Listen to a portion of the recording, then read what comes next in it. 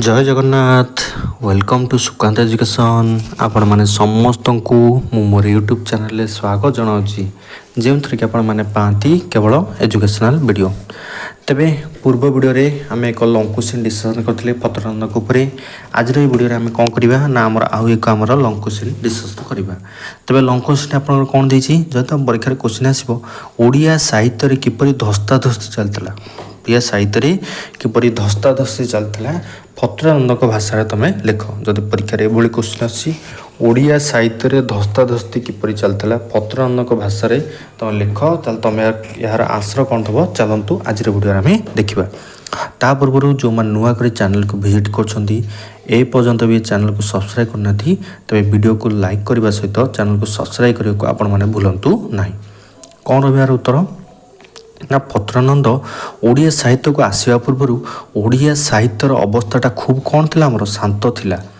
सत्यवादी जुग कुह कि सबुज जुग कुह से साहित्यिक पवनटा मलय पवन परी सुलुसुलु ही बहुला जितेबाला फतरानंद ओडिया साहित्य को आसिले ता पूर्व ओडिया साहित्यटी कौन ना खूब शांत थिला कौन थिला ना सबुज जुग कहतु किंबा आमर सत्यवादी जुग कहतु सब बड़े कौन थिला ना साहित्यटी कौन ना पवनटा मलय पवन परी सुलुसुलु होइक आमर बहुला सेतबले कौन थिला ना सेतबले गोष्ठी देखा देइथिला सत्य हेले केही कहा ऊपर चढ़ऊ करू नथिले माने सेतबले कौन ना जो गोष्ठी देखा देइथिला कौन ना सत्य हेले भी कौन ना केही कहा ऊपर चढ़ऊ करू नथिले परस्पर प्रशंसा मुखर होई उठुथिले जने साहित्यिक आउ जने साहित्य को देखिले कोटि निधि पाइला परी भाबुथिले माने कौन होतला ना परस्पर प्रशंसार मुखर ही उठुथिले तापर कौन करथिले ना जने साहित्यिक आउ जने साहित्य को देखुथिले कोटि निधि पाइला परी भाबुथिले माने जने आउ जने लोक जेतबे देखि दोछि निज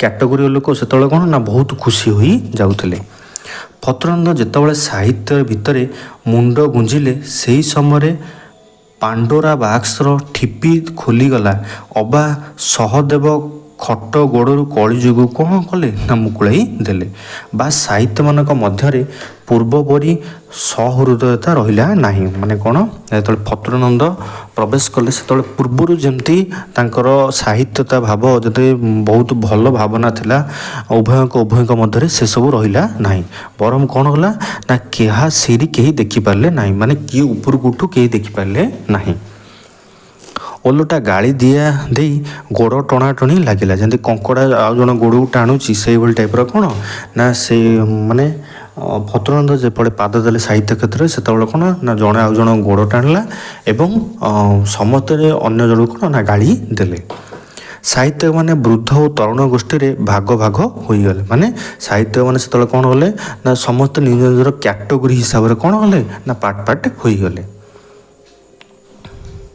तापर कौन घटला ना रवि सिंह और रवि नारायण महापात्र नामक दुई जन महारथी तरुण गोष्ठी आमर देखादेले सेमानक प्रधान अभियोग थिला कौन ना जे वृद्ध जरत ग्रब साहित्य माने सबु मुंडिया जागा मानक आसन माड़ी बसी तरुण मानक आउ कौन ना बाट छाड़ू नाहांती साहित्य दूधरे पड़िथिबा शरतक अधिकांश दूध से माने खाई जाउछन्ती माने से माने कौन कहले ना साहित्य दूधरे पड़िथिबा जो शरतक हो किबा अधिकांश जो क्षीर हो तांको भाषा कहउछन्ती क्षीर को नेकी से सब कौन से दूध से कौन ना निजे खाई जाउछन्ती तरुण मानक बाकी दूधरे पानी मिसई साहित्य बजार को छाड़ी देउछन माने समस्त क्षीर से निजे खाई जाउछन माने साहित्यर सबुजा जिनस सी निजे ही कर जाउछन्ती आउ जो बाकी रहउछि ताकू कौन ना जो तरुण माने जो मान नुआ नुआ आछन्ती से मानक पई कौन सेतरे पानी मिसई की से कौन ना साहित्यर बजार को से छाड़ी देउछन्ती ओडिशा को गोटे मात्र कला पहाड़ लंडभंड कर देइथिला ओडिया साहित्य जगत रवि सिंह एवं रवि महापात्र दुईटी कला पहाड़ रूप में आविर्भूत होई ताको लंडभंड करी पकाइले एई जगतटा उठिला आउ पड़िला माने ओडिया साहित्य जगत रवि सिंह आउ रवि महापात्र ए दी जन कला पहाड़ जिपरि ओडिशा को खंड विखंड कर देइथिला लंडभंड कर देइथिला एई जन ओडिया साहित्य को कौन ना लंडभंड करी पकाइले एवं जगतटा खाली कौन होला ना उठिला आउ पड़िला दुहे निज निज वक्तृत्व सभापति तथा अन्यान्य कर्मकर्ता को तीव्र आक्षेपकतार जर्जर करी पकाती माने कौन ना ये दी जन ନିଜର ସଭାପତିତ୍ୱରେ କ'ଣ ନା ଅନ୍ୟ ଜଣଙ୍କୁ ବହୁତ ଆକ୍ଷେପ ସେ କରିଥାନ୍ତି। ତାର ସାରାଂଶ ହେଲା ଏହି ଜଗତ ଗବ ବୁଢ଼ାମାନେ ଘାଟି ଜାଗବନ ମାଡ଼ି ବସି ସବୁ ପୁରସ୍କାର ଉପଢୋକନ ଅଭିନନ୍ଦନ ଆର୍ଥିକ ସୁବିଧା ସାଉଁଟି ନେଉଛନ୍ତି। ମାନେ ଏ ଯେଉଁ ବୁଢ଼ା ବୁଢ଼ା ଲୋକମାନେ ସବୁ ଅଛନ୍ତି, ବୁଢ଼ା କବିମାନେ, ସେମାନେ କ'ଣ ନା ସମସ୍ତ ପୁରସ୍କାର, ସମସ୍ତ ସୁବିଧା, ସମସ୍ତ ଅଭିନନ୍ଦନ, ସମସ୍ତ ପ୍ରଶଂସା ସେ ସବୁ ସାଉଁଟି ନେଉଛନ୍ତି ଏବଂ ସେମାନଙ୍କୁ ବଳିକୁ ପାତାଳକୁ ଚାପିଲା ପରି ମାଡ଼ି ଦେଉଛନ୍ତି। ମାନେ ସେମାନଙ୍କୁ ତଳକୁ ଚାପି ଦେଉଛନ୍ତି ବା ନିଜେ ଉପରକୁ ସେ ଉଠି ଯାଉଛନ୍ତି।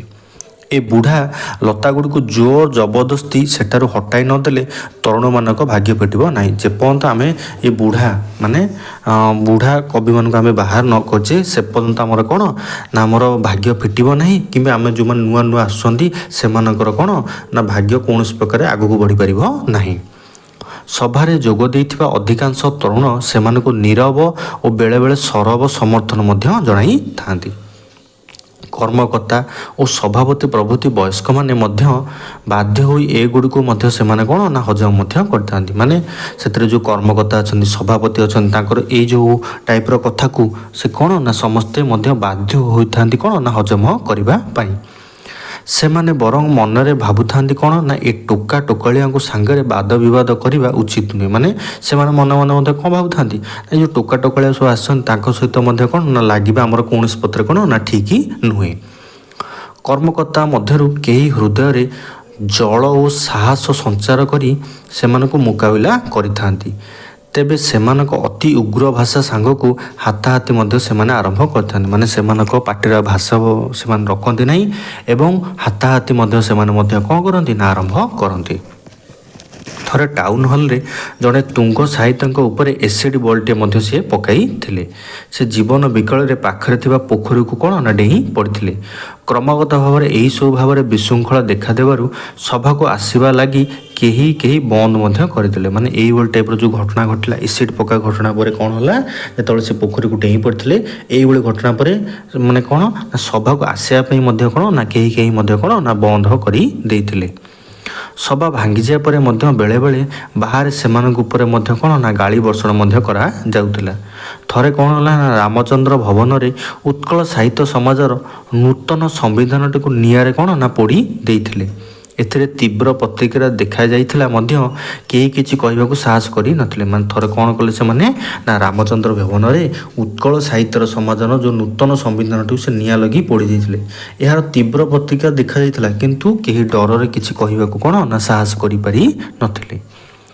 ତାପରେ କ'ଣ ଘଟିଲା, ଏ ଦୁହେଁ ମଧ୍ୟ ଆଉ ଦୁଇଜଣ ସମଧର୍ମୀକୁ ନେଇ ଗୋଟିଏ ଅଭିନବ କାର୍ଯ୍ୟ ଆରମ୍ଭ କରିଥିଲେ। ଏ ଦୁଇଜଣ କ'ଣ କରିଥିଲେ ନା ତାଙ୍କ ସହିତ ଆଉ ଦୁଇଜଣ ଯେଉଁ ସମଧର୍ମୀକୁ ନେଇକି ସେ କ'ଣ କଲେ ନା ଆଉ ଗୋଟେ ଅଭିନବ କାର୍ଯ୍ୟ ଆରମ୍ଭ କରିଥିଲେ। କ'ଣ କଲେ ନା ତାହା ହେଲା କ'ଣ ନା ସ୍ୱୟଂ ସମ୍ବର୍ଦ୍ଧନା ସେ ଆରମ୍ଭ କରିଥିଲେ।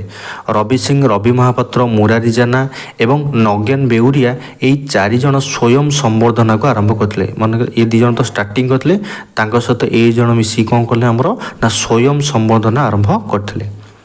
ସେଥିପାଇଁ ଯେଉଁ ନିମନ୍ତ୍ରଣ ପତ୍ର ତରୁଣ ସମସ୍ତଙ୍କୁ ବିତରଣ କରାଯାଉଥିଲା ତାହା ମଧ୍ୟ ଅଭିନବ ଥିଲା ଏବଂ ତାହା ମଧ୍ୟ କ'ଣ ନା ସାରମର୍ମ ମଧ୍ୟ ଥିଲା। ଆପଣଙ୍କ ଅଲବତ ସଭାକୁ ଆସିବେ, ନ ଆସିଲେ ଆପଣଙ୍କୁ ପରିଣାମ ଭୋଗ କରିବାକୁ ପଡ଼ିବ। ଫକୀରନନ୍ଦ ମନେ ମନେ ଭାବୁଥିଲେ ବୋଧହୁଏ ବୃଦ୍ଧାମାନେ ଏହାକୁ ଉପେକ୍ଷା କରିବେ। ମାନେ କ'ଣ କଲେ ଏଇଭଳି ଧମକ ଟାଇପ୍ର ସେମାନେ ପତ୍ର ଲେଖୁଥିଲେ ଏବଂ ଫକୀରନନ୍ଦ ଏଇ ପତ୍ରକୁ କ'ଣ ଭାବୁଥିଲେ ମନେ ମନେ, ମାନେ ଯେଉଁ ବୃଦ୍ଧମାନେ ଏହାକୁ ଉପେକ୍ଷା କରିବେ ବୋଲି ସେ ମନେ ମନେ ଭାବୁଥିଲେ।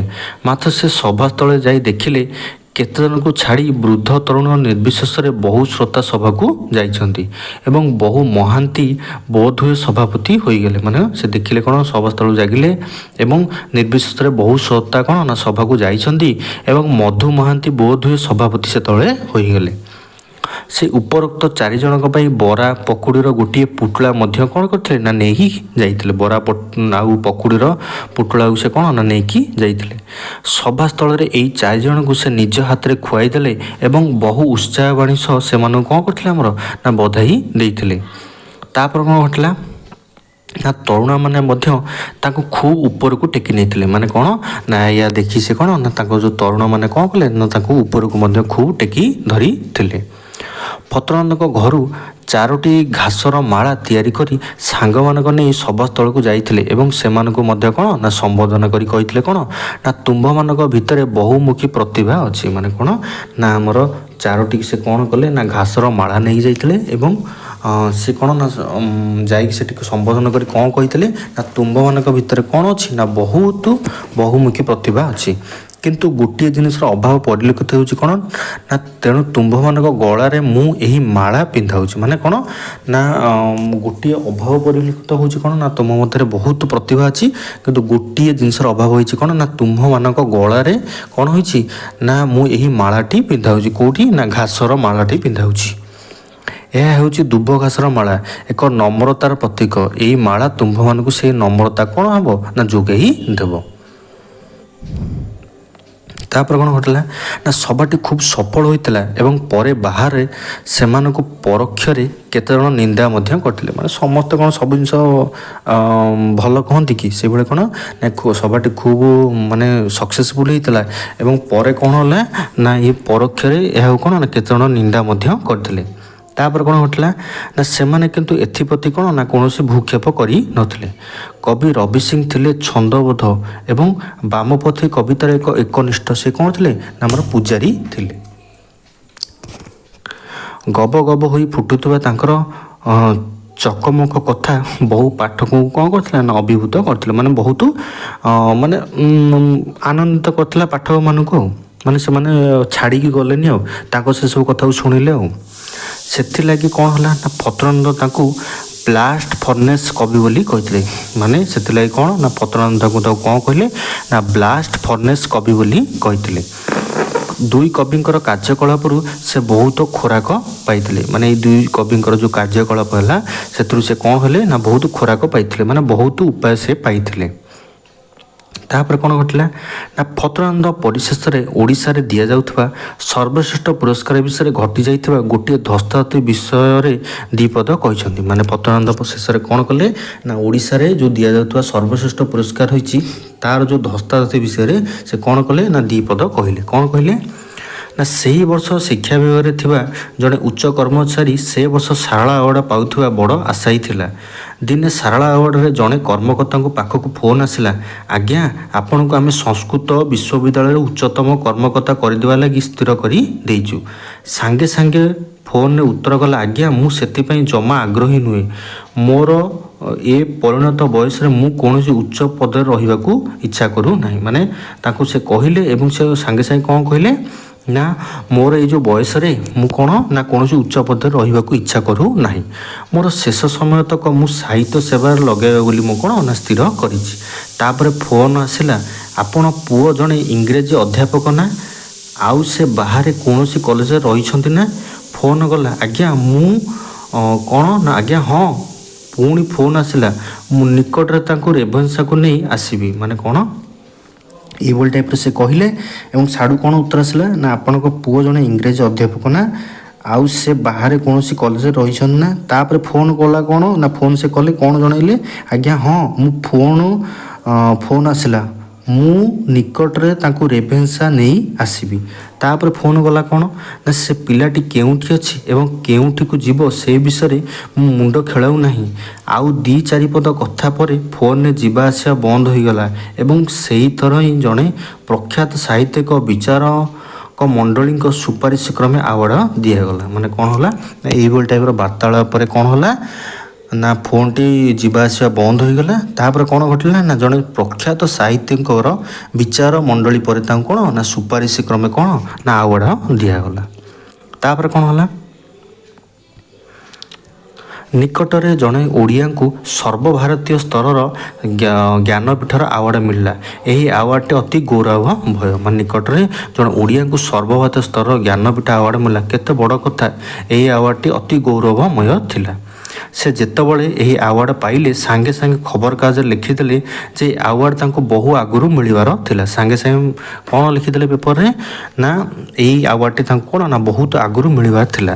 ତାଙ୍କର ଆଗରୁ ଯେଉଁ ଓଡ଼ିଆ ଏହି ଆୱାର୍ଡ଼ ପାଇଛନ୍ତି ସେ ଅନ୍ୟ ଜଣ ସାଙ୍ଗରେ କ'ଣ ନା ମିଶି ଯାଇଛନ୍ତି, ଅର୍ଥାତ୍ ସେ ଅର୍ଦ୍ଧେକ ମାତ୍ର ପାଇଛନ୍ତି, ମାନେ ଅନ୍ୟ ଜଣଙ୍କ ସହିତ ମିଶିକି ସେ ଆୱାର୍ଡ଼ ପାଇଛନ୍ତି, ମାନେ କ'ଣ ସେ ଅଧା ସେ ଆୱାର୍ଡ଼ ପାଇଛନ୍ତି, କିନ୍ତୁ ସେ ନିଜେ କ'ଣ ନା ପୂର୍ଣ୍ଣ ରୂପରେ ସେ ଆୱାର୍ଡ଼ଟି ପାଇଛନ୍ତି, ସେ କାହା ସହିତ ମିଶି ନାହାନ୍ତି, କିନ୍ତୁ ସେ ନିଜେ କ'ଣ ନା ପୂର୍ଣ୍ଣ ଆୱାର୍ଡ଼ ପାଇଛନ୍ତି।